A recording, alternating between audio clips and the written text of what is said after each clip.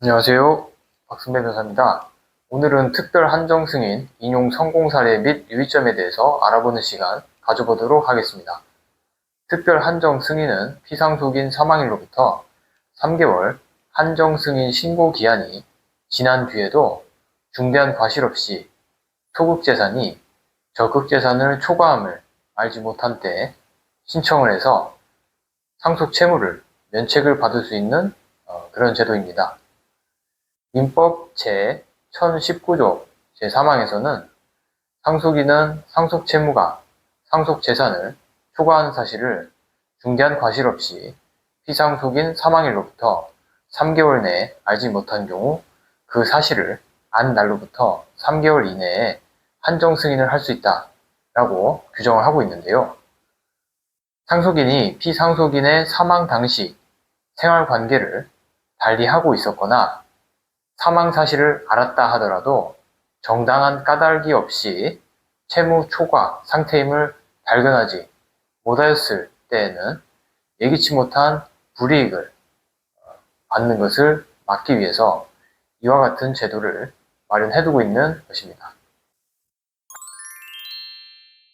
판례는 특별 한정 승인에서의 중대한 과실이란 상속인의 나이, 직업, 피상속인과의 관계, 친밀도, 동거 여부, 상속 개시 후 생활 양상, 생활의 근거지 등 개별 상속인의 개인적 사정에 비추어 상속 재산에 대한 관리 의무를 현저히 결여한 것을 뜻한다 라고 하여 상속인이 특별히 관리 의무를 결여한 사정이 없다면 상속인으로서 받는 불이의 타격이 없도록 하고 있는 것입니다.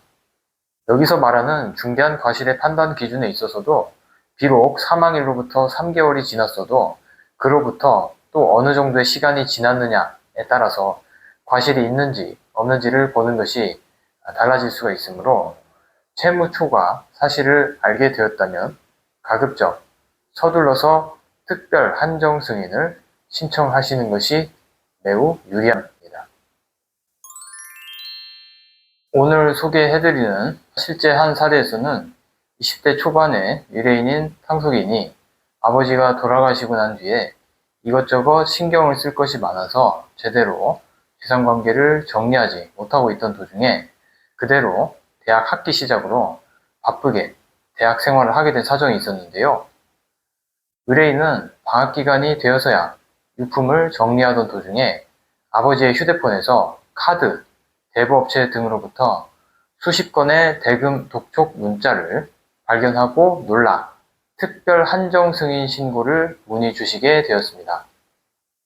의뢰인은 아버지가 생전 당시 모아놓으신 재산이 별로 없다는 사실 정도는 알고 있었지만 이와 같이 많은 채무가 있으리라고는 전혀 생각을 하지 못하고 있었던 탓에 만일 채권자들이 부친의 사망 사실을 알게 된다면 상속인인 본인에게 책임을 추궁할 것이 매우 염려가 되는 상황이었지요. 그래서 하루라도 빨리 상속 채무로부터 면책이 되기만을 바라게 되었습니다.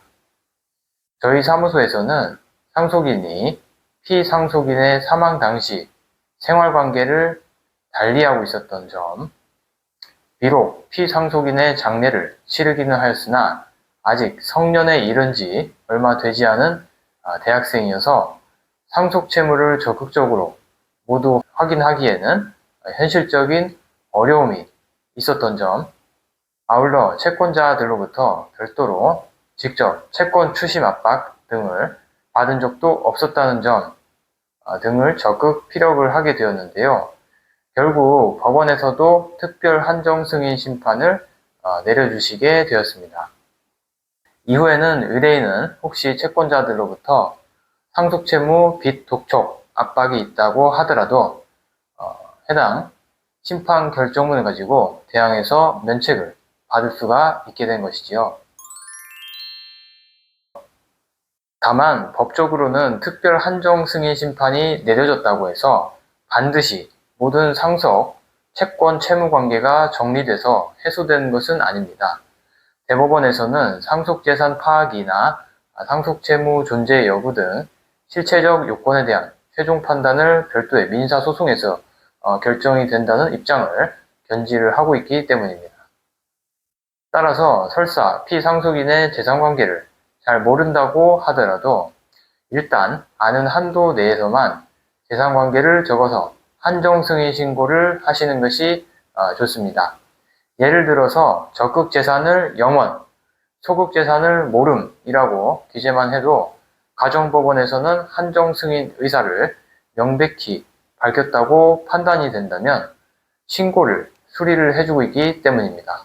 그렇지만 또 사정상 이 기간을 준수하지 못하는 경우도 분명히 있을 수밖에는 없기에 그런 경우에는 특별 한정승인이라도 신고를 해서 미리 법적으로 채권자들로부터 면책을 받을 수 있는 방법을 마련을 해두시는 것이 좋습니다.